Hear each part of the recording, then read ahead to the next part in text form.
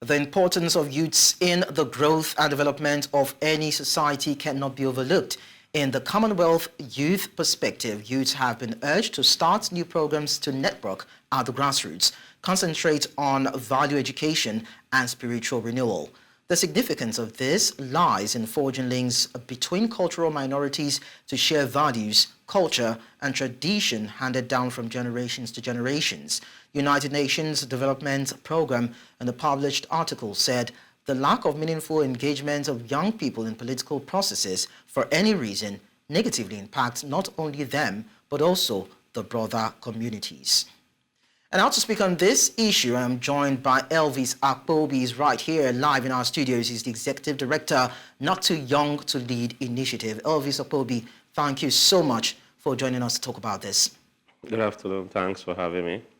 So first, what's your assessment of the roles Nigerian youth have played in the social, political, cultural, and economic space in the country in the last 2 years? Has it been underwhelming or very encouraging for you?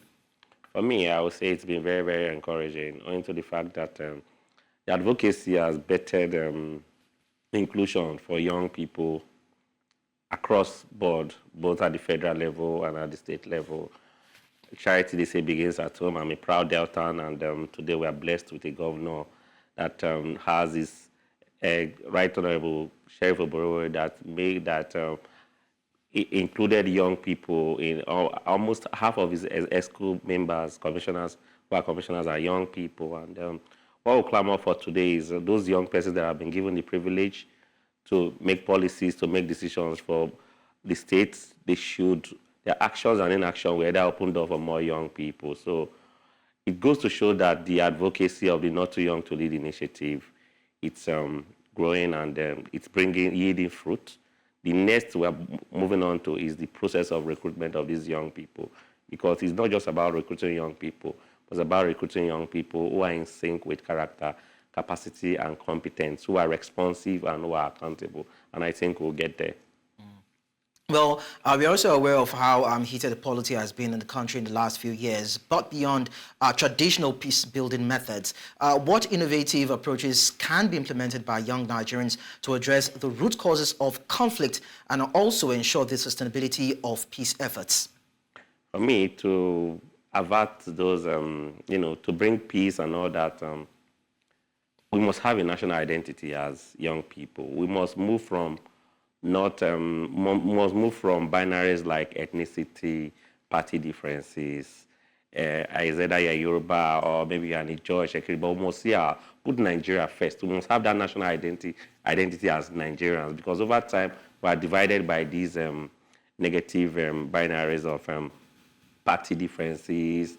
Either you are an Ibibio or you are a Yoruba, but we must put Nigeria first in our actions and inactions. So if we can have that national identity, I think we'll get it right as Nigerians and as young Nigerians. Let's not forget too that the populace today, we have the larger demographics, so our actions and inactions will determine how Nigeria will grow. So once we see ourselves as mirrors of each other, I think we'll move forward. But then when you look at how the 2023 pre-election panned out, there were propagandish materials and messages pushed out, inducements, and having some kind of words with negative narratives that actually fragmented the different ethnic groups in Nigeria. Now, if that begins to play out, most especially from those benefiting from it, to talk about the leaders, political associates, leaders, so to speak, what would you expect Nigerian youth to do at this point, not to toll that narrative and to also form a formidable front to champion a national cause? I may be wrong, but I'm of this opinion that a handful of the political class have used poverty as a weapon, and poverty is the primary indicator of vulnerability. When you are poor, you become vulnerable. And often time we've got to some gullible young people who make themselves vehicles of violence during electioneering. But with good advocacy, engagement, CSOs coming on board, talking to young people, working on mindset of young people, that our actions and inactions will determine how Nigeria will look like, and our blunders will become the burden of the next generation. I think if we keep engaging ourselves, and another thing that is key again is the National Orientation Agency. I don't know if they are underfunded, but I think it's time they go back to their drawing board and do what they were, what that act was made for, because at the moment, people are misinformed. People just do things the way they do things just because they are not informed. I think it's good they keep up their game and do what's necessary of them. Of course, we do have NGOs, we have other international and local organizations. So for them, what sort of educational system reforms would you now, at this point, think would be needed to actually equip these young people when it comes to knowledge acquisition, skills, values necessary to actually become effective agents of peace and, of course, positive change in the society?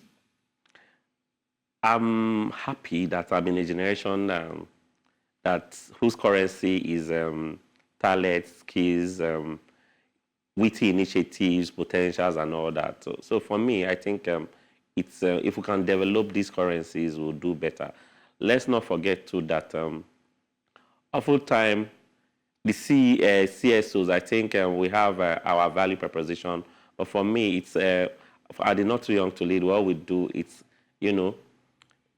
share positive values, engage young people on being better citizens, because if we get better citizenry, we'll get good leadership.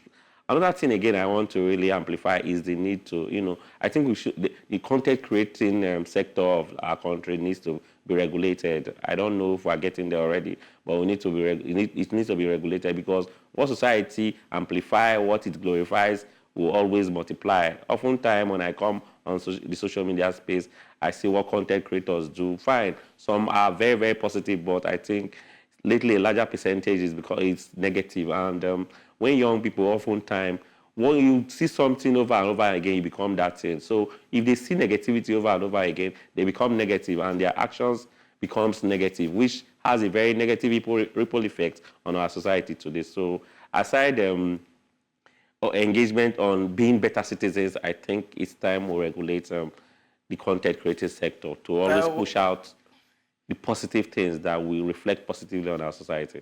Okay, that's well understood. But then I'm bothered about how the regulation would be implemented by the bodies responsible, because some people feel that that will create a lot of bottlenecks, and even the processes might be, shoddy, inhibited, and people will just have the arbitrary, have to take arbitrary decisions on what can be aired or what can be shared on social media and what cannot be. So if you are going to regulate the content creating industry in Nigeria, how do you think that should be carried out to ensure that there is equity and justice, and people are able to actually, assimilate or internalize content that will bring about benefits, of course, for the country? It boils down to good citizenry. If we have good citizenry, if the persons that will be regulating these policies, if there are people that have Nigeria in mind, oftentimes we have failed policies because of the people that are meant to implement these policies. So if we had people on board who place Nigeria first, who have good value system, who believes that this content, whether it's from the person that created this content is from my state, or whether the person is from my tribe, this content, if pushed out, will have a very negative ripple effect on our society. That content should not come out. So for me, let's start with the people on board that will be on board to implement these whole processes. They should be X-rayed, they should be good people, people that will put Nigeria first, people that believes in making Nigeria synonymous to greatness, people that believe that we, as Nigerians, our actions and inactions will determine how the entire world sees us. People like that should be on such policy-making thing as far as this content regulation is concerned. Okay, no problem. Elvis Akpobi, Executive Director, Not Too Young to Lead Initiative. Thank you so much for sharing your thoughts with us. Thank you for having me. It's always a pleasure. The news will continue in a short while. To stay with us, we're going to break.